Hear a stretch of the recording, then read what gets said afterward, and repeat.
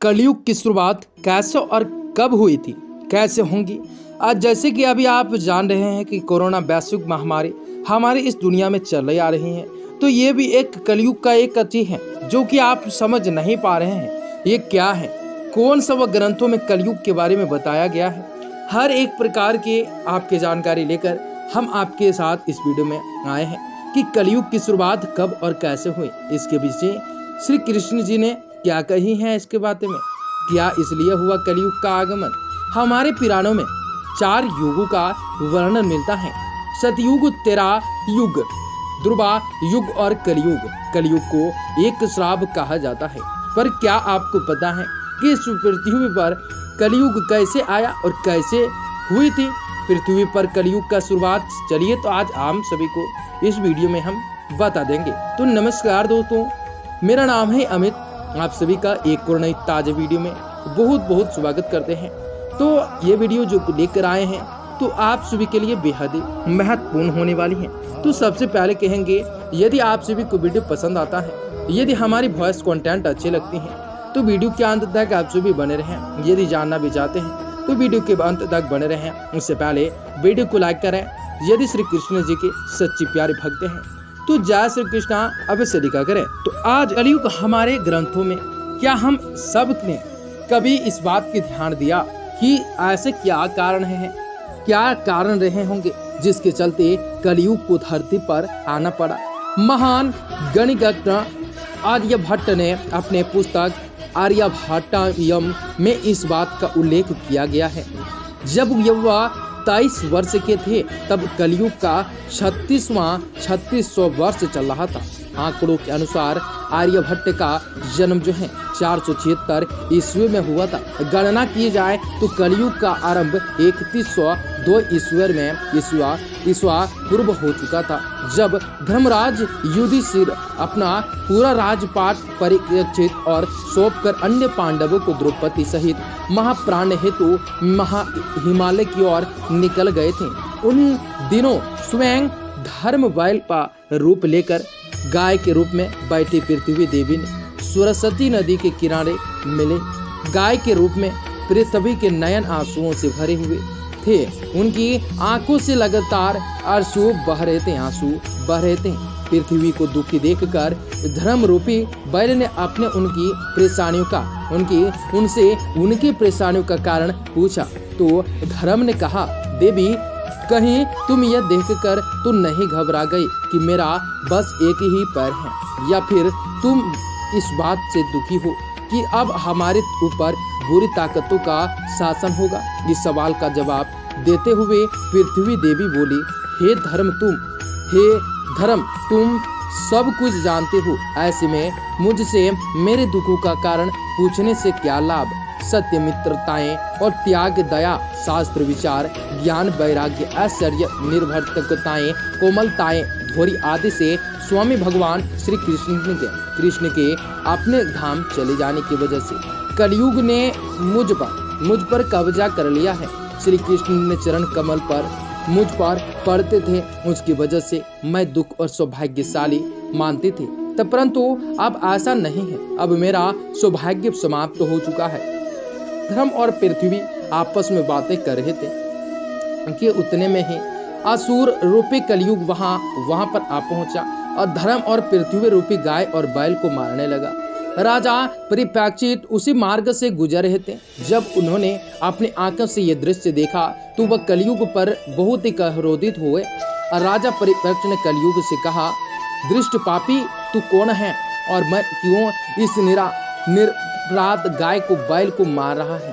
तू महा अपराधी है, तेरा अपराध क्षमा योग्य नहीं है, इसलिए तेरी मौत निश्चित है। राजा परीक्षित ने बैल के रूप में धर्म और पृथ्वी के रूप में गाय देवी को पहचान लिया था। राजा परीक्षित उनसे कहते हैं कि हे धर्म, सतयुग में आपके तप, पवित्रताएं, दया, सत्य, ये 4 चरण थे।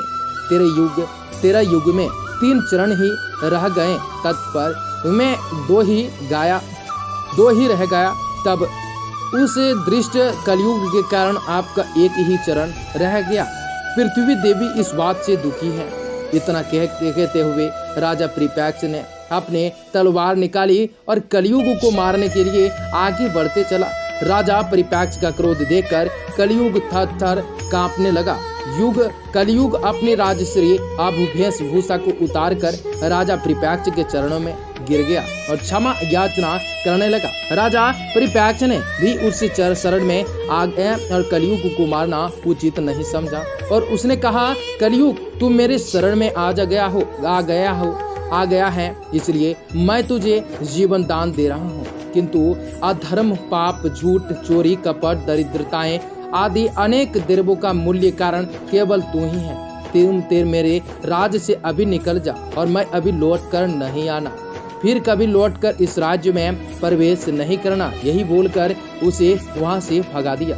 कलयुग ने राजा परिप्रेक्ष्य की बात सुनकर कहा कि पूरी पृथ्वी पर आपका निवास है, पूरी पृथ्वी पर ऐसा कोई स्थान नहीं जहां आपका राज ना हो, ऐसे में मुझे रहने के लिए आप स्थान प्रदान कीजिए।